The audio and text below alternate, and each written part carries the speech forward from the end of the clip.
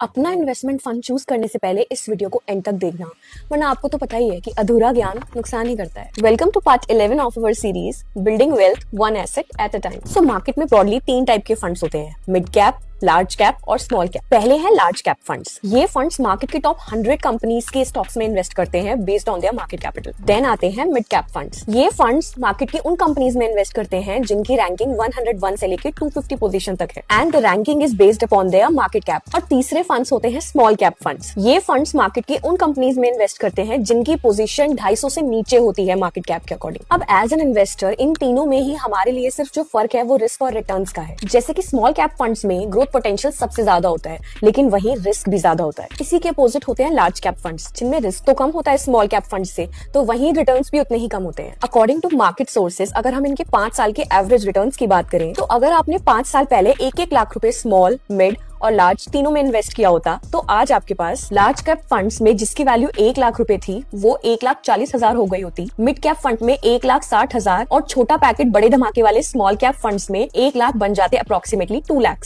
ये चार्ट देख के हमें ये तो समझ आ गया कि स्मॉल कैप फंड्स में अप्रोक्सीमेटली 15% तक के रिटर्न्स मिलते हैं, लेकिन ये तब है जब मार्केट सही चल रहा हो। इसलिए मैंने पिन कमेंट में बता रखा है कि आपकी रिस्क एपेटाइट के अकॉर्डिंग आपको कौन से फंड में इन्वेस्ट करना चाहिए। एंड और ऐसे ही अपनी फाइनेंशियल नॉलेज को बूस्ट करने के लिए please keep following C Aparna Goyal.